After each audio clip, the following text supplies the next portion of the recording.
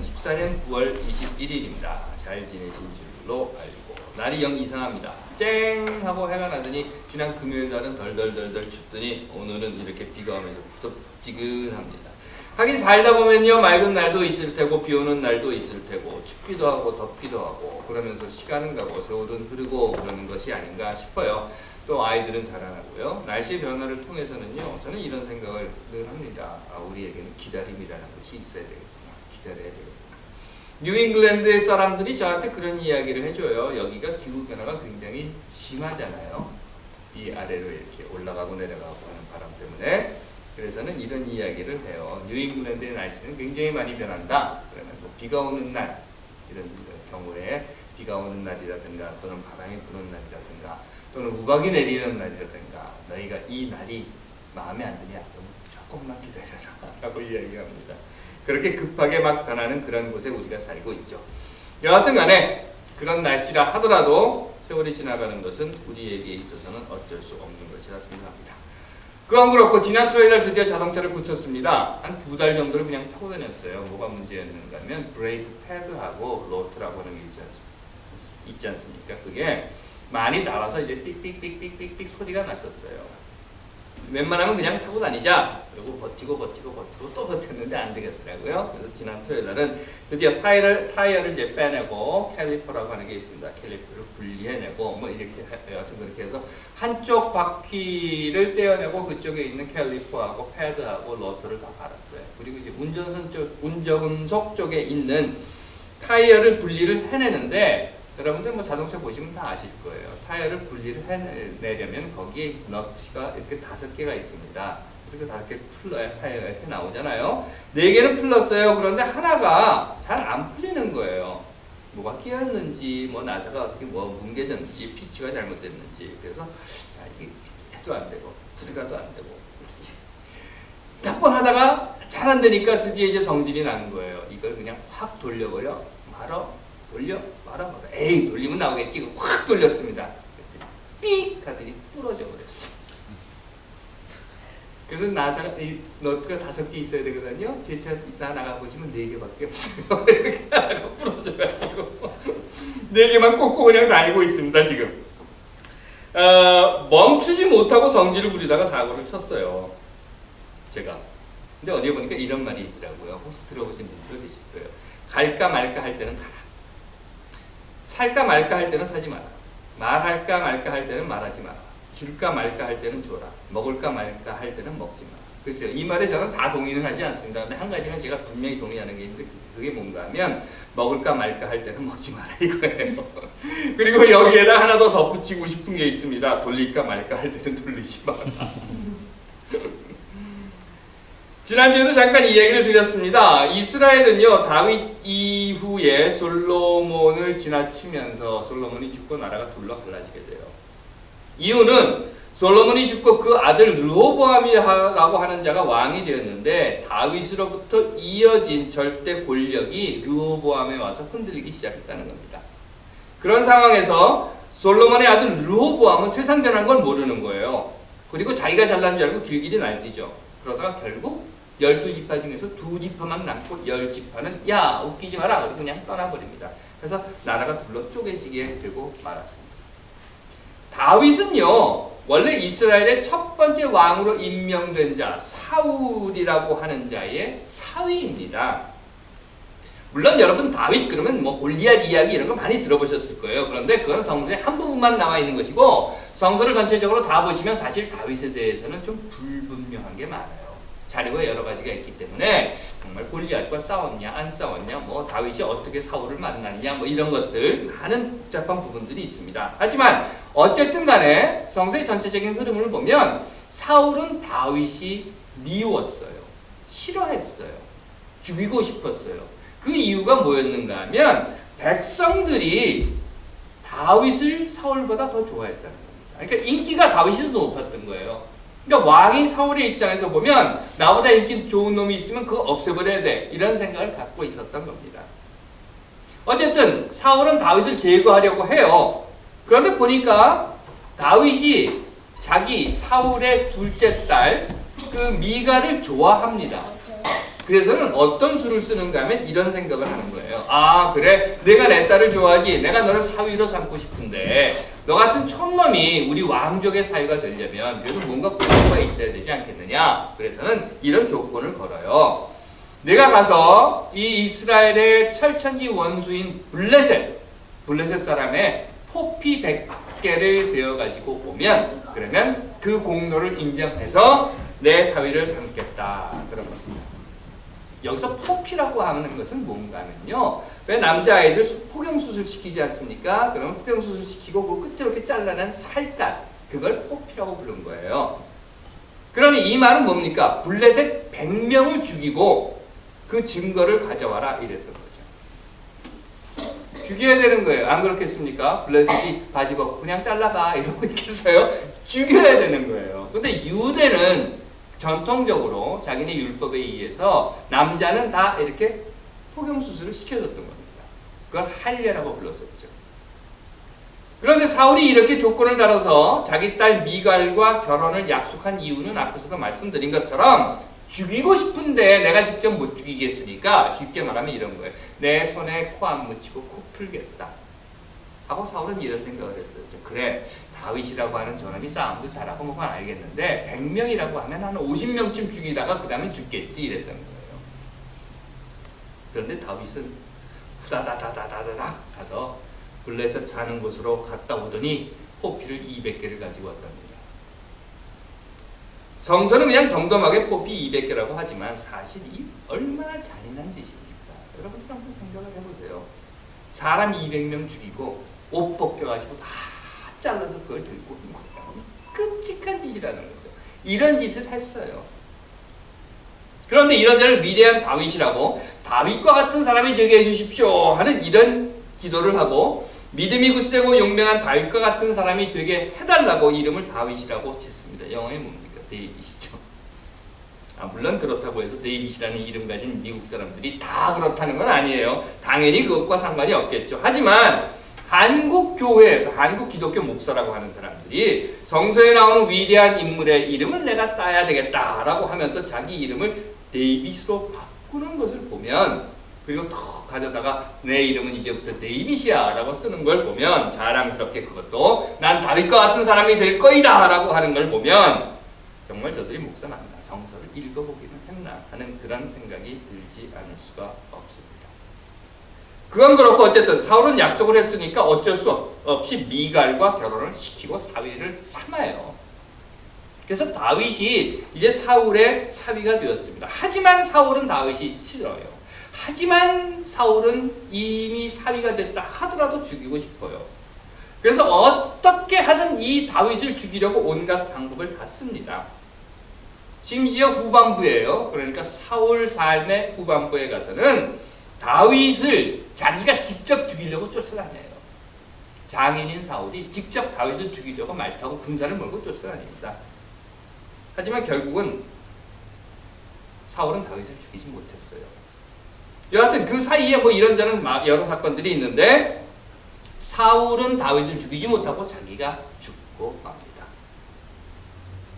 그리고 나자 다윗이 사울을 이어서 왕이 된 거예요. 이 왕권이라고 하는 것이 이렇게 라스트 네임을 따라가잖아요. 아버지 쪽을 이렇게 따라가는 건데 이건 아주 이상한 모양새가 되어버리고 말았어요. 사울이 죽고 그 사위가 왕이 됐습니다. 그런데 그 왕이 된 것도 예전에 사울이 통치를 할 때는요, 이 남쪽에 있었던 몇몇 부족들만 모아가지고 왕 노릇을 했었는데 사울에게 쫓겨서 도망다니던 다윗은 남쪽에 사울의 그러니까 통치권 안에 있으면 죽을 것 같으니까 저 북쪽으로 이렇게 돌아다녔습니다. 빙글빙글빙글 돌아다녔단 말이죠. 그러다 보니까 북쪽에 있는 다른 이스라엘 지파들을 다 알게 되었어요. 사울이 죽고 나니까 남쪽에 있었던 사울의 땅도 혼란, 그리고 자기가 예전에 도망다니면서 봐놨던 북쪽의 땅도 혼란, 그래서 남북을 합한 12지파를 몽땅 묶은 큰 전체의 하나의 이스라엘이라고 하는 나라를 만들고 그 통합된 나라의 왕이 되었던 겁니다. 그로 인해서 다윗은 아주 막강한 권력을 주게 되었죠. 최고의 권력을 주게 된 거예요. 그리고 나서 다윗이 한 일이 뭔 줄 아십니까? 사울과 관련되어 있었던 사람들을 다 죽여버려요. 숙청. 다 쫓아다니면서 다 죽입니다. 정적을 숙청해버리는 거죠. 그런 후에 다윗이 한 일이 언약궤. 언약궤 뭔지 아시죠? 그 영화가 뭐죠? 레이더스에 나오는 그 언약궤 그겁니다.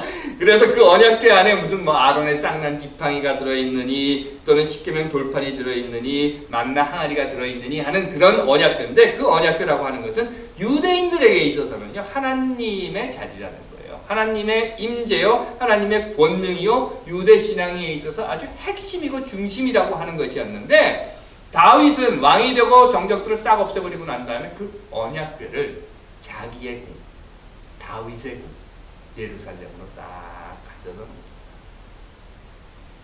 그리고 그 언약궤를 자기 옆에 딱 묶어두는 거예요. 이건 무엇을 뜻하는가 하면요, 사울이 죽자마자 다윗이 남과 북의 모든 군사력을 자기 손아귀에 쥐었어요. 그리고 전국에 흩어져 있는 자신들의 정적을 모두 숙청을 해버립니다. 그리고 나서 마침내 언약궤까지 가져다가 자기 옆에다가 딱 묶어두었다는 겁니다. 다시 말씀드리면 정치, 군사, 그리고 종교까지 다 한 곳에 모아놓은 거예요. 예루살렘이라고 하는 그 다윗성 안에 모아두고, 그리고 강력한 중앙 집권적 통치체제를 만들었다는 겁니다. 한마디로 다윗은 이거였어요. 꼼짝하지 마라. 내가 이제 정치, 군사, 그리고 종교의 왕이다. 이렇게 선포를 해버렸던 겁니다. 하지만 아시죠? 만고불변의 진리. 절대 권력은 절대 불편합니다. 지난주 박근혜가 국무회의에서 이런 말을 했다고 합니다. 국민을 대표하는 대통령에 대한 모독적 발언이 그 도를 넘고 있다. 이것은 국민에 대한 모독이기도 하고 국가 위상의 추락과 외교 관계에 악영향을 미칠 수 있는 일이다. 이랬다는 거예요. 대통령에 대한 모독. 어디서 많이 들어본 기억이 나십니까? 국가원수 모독죄라고 하는 것이 있었어요. 이거는 박정희가 만들어서 써먹다가 전두환 때까지 무려먹은 겁니다. 그러다 1988년 노태우가 들어서자마자 싹 폐기를 해버렸는데요. 간단히 말해서 대통령을 욕하면 잡아간다 이거예요. 대통령 욕하면 잡아가요. 대통령 모독을 하면 잡아간다는 거예요. 1967년입니다. 사실은 제 아버님께서 박정희를 밀수왕초라고 불렀어요. 그랬다가 바로 이 국가원수 모독죄로 형무소에 수감이 되셨습니다. 그 당시에 삼성과 박정희가 서로 짜고 사카린 밀수를 했습니다. 혹시 들어보셨어요? 삼성 사카린 밀수 사건이라는 거? 그런 게 있었어요. 사실 삼성 지금 뭐 엄청나죠? 그래서 삼성의 그 가족들이 가지고 있는 자산평가가 15조, 18조 뭐 이렇다고 합니다. 그런데 초기에 삼성은 밀수를 해서 돈을 번 회사였어요. 그러면 한번 생각해 보십시오. 일본에서 사카린을 밀수해 들여온 삼성이 일본에서 사카린을 밀수에다가 중국에다 팔았겠어요? 미국에다 팔았겠어요? 어디다 팔았겠습니까? 다 국내에 팔았단 말이에요. 그러면 그 사카린을 누가 다 사먹었어요? 누구 주머니 턴 겁니까? 그리고 지금 18조 원의 자산평가를 갖고 있습니다. 뭐 그 이야기는 나중에 다시 하도록 하고요. 또한 세월호 진상조사위원회의 수사권과 기소권을 제공하는 문제에 대해서도 이렇게 이야기했다고 해요. 삼권 분립과 사법체계의 근간을 흔드는 일로서 대통령이 할 수도 없고 결단을 내릴 사안도 아니다. 이렇게 박근혜가 국무회의에서 했다는 이야기입니다. 그러면서 뭐라고 이야기를 했는가 하면 그 세월호 진상규명위원회 또 세월호 특별법 이거 말고 지금 국회에 계류 중인 민생 관련 법안들을 빨리 통과시켜라. 그래야만 이 나라의 경제가 산다라고 했답니다. 그런데 그 민생 관련 법이라고 하는 것이 무엇인지 여러분들 아십니까? 그 내용을 보시면 이런 것들이 들어있어요. 관광진흥법 개정안인데요. 이게 뭔가 하면요. 학교 주변에 관광 호텔을 짓게 해달라는 거예요. 대한항공이 지금 엄청난 호텔을 짓고 싶어서 땅을 사놓은 게 있습니다. 그게 바로 경복궁 옆에 있어요. 그런데 그 대한항공이 지으려고 호텔을 지으려고 하는 그 지역이 바로 덕성 여자중고등학교하고 200m 안쪽이에요. 학교보호법이라고 하는 것, 그것이 200m 안쪽에는 뭘 짓지 못하게 되어 있어요. 이런 그 유흥시설이라든가 오락시설이라든가 호텔을 짓지 못하게 되어 있습니다. 그러니까 법 개정해서 학교 보호구역 안에 호텔 짓게 해달라라고 하는 것이 이번에 민생법안이라고 계류 중인 것입니다. 이게 민생법안입니까? 민생과 무슨 상관이 있어요? 여러분들 아시죠? 성심여중고 앞에 화상경마장을 만들었습니다. 학교보호구역법에 따라서 만들었다고 합니다. 학교보호구역이라고 하는 것은 200m거든요. 그런데 화상경마장은 210m밖에 돼요. 그래서 거기다 화상경마장을 만든 거예요. 경마로 해서 1년에 한국 그 마사회가 버는 돈이 얼마인지 아십니까? 8조 원이에요. 경마로 8조 원을 벌어요. 2015년 대한민국 예산이 이번에 상정된 것이 370조입니다. 그러니까 한번 보십시오. 경마로 버는 돈과 대한민국의 예산과 이렇게 비교를 해보시면 얼마나 큰 돈인가 아실 수 있을 거예요. 그런데요, 혹시 여러분들 중에서 경마로 돈을 따서 떼부자 됐다 이런 소리 들어보신 적 있으십니까? 없어요. 그런데 경마 때문에 패가 망신했다 이런 이야기는 많이 나옵니다. 경마 때문에 도둑질했다 많이 듣고 있습니다. 그렇다면 도대체 그 8조가 어디에서 나오는 거예요? 누구 주머니에서 나오는 겁니까? 누가 온통 그 피해를 봅니까? 없는 사람들이에요. 이재용이 가서 경마하겠어요? 안 한단 말이죠. 없는 사람들이 해요. 안 되는 줄 알면서도 그래도 어쩌면 이번에 한번 되지 않을까? 어쩌면 이번에 맞아가지고 좀 큰 돈을 만지지 않을까? 하고 돈을 갖다 쏟아 부은 것이 대한민국 전체의 1년에 8조 원이라는 겁니다. 이 누구는 압니다. 그런데 이런 민생법안이라는 이름으로 또 이런 걸 만들고 있어요. 뭔가 하면 크루즈 배 있지 않습니까? 크루즈 안에서는 카지노를 허용해 주십시오. 또 도박시킨다. 그러면서 이게 민생법안이라고 합니다. 또 있어요. 민생법안이라고 하면서 원격의료허용법안. 들어보셨습니까, 여러분? 원격의료를 하겠다는 겁니다.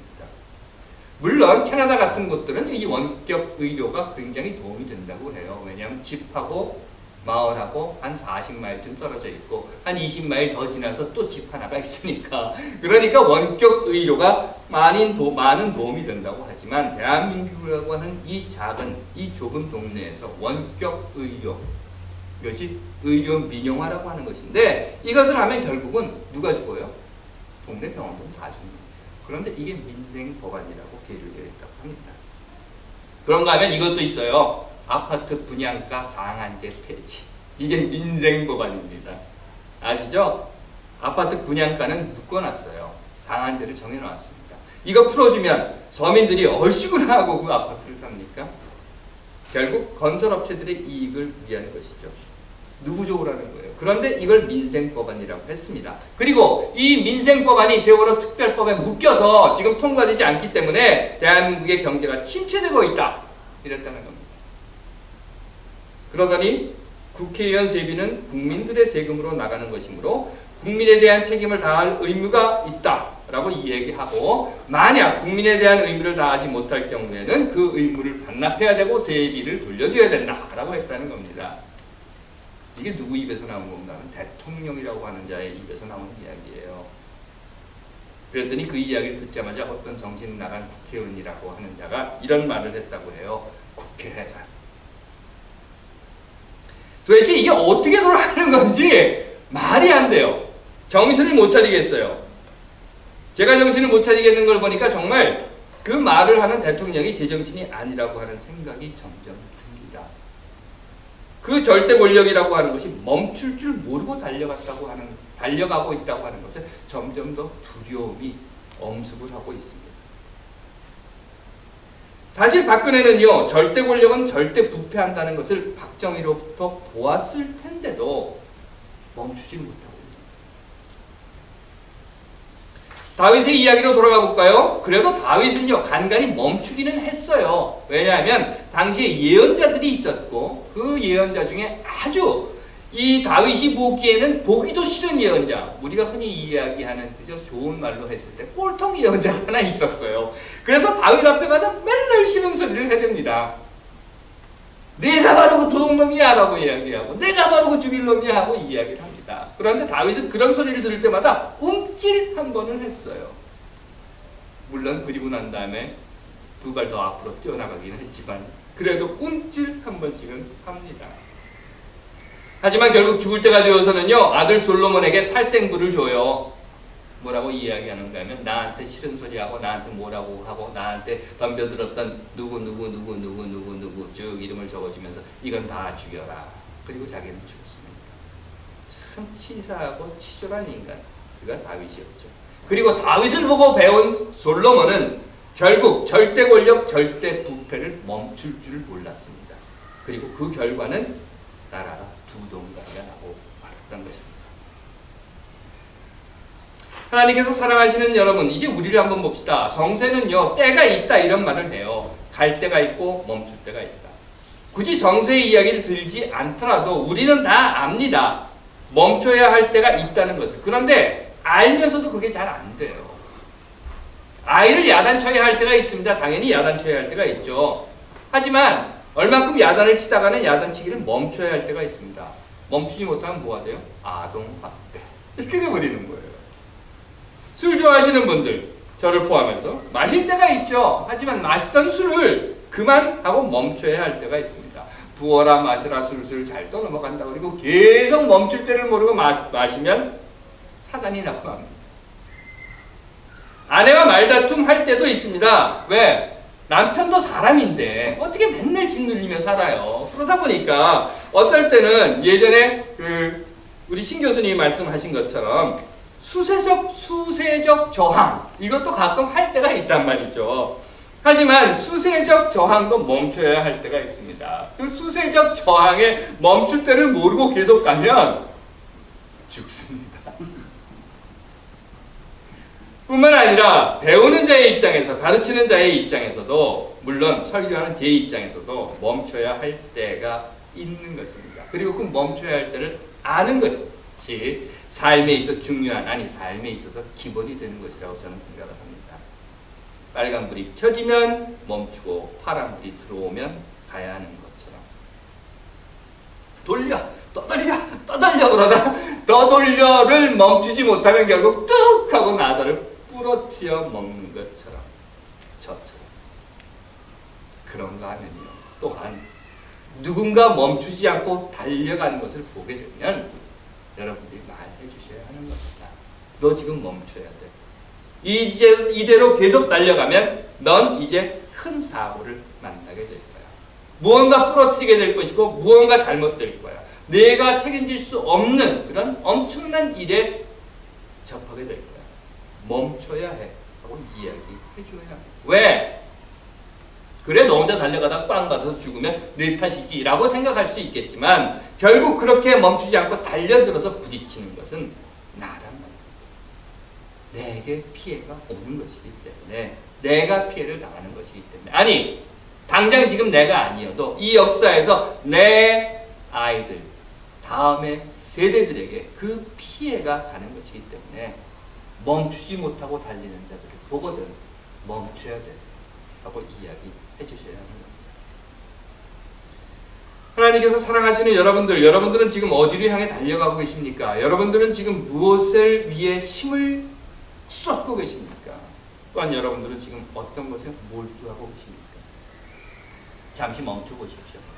잠시 멈춰 보십시오. 그리고 내가 지금 이렇게 온 힘을 쏟아붓고 있는 이것이 바른 것인가? 아니, 더 힘을 부어도 되는가 아닌가 하는 것을 한번 생각해 보시기 바랍니다.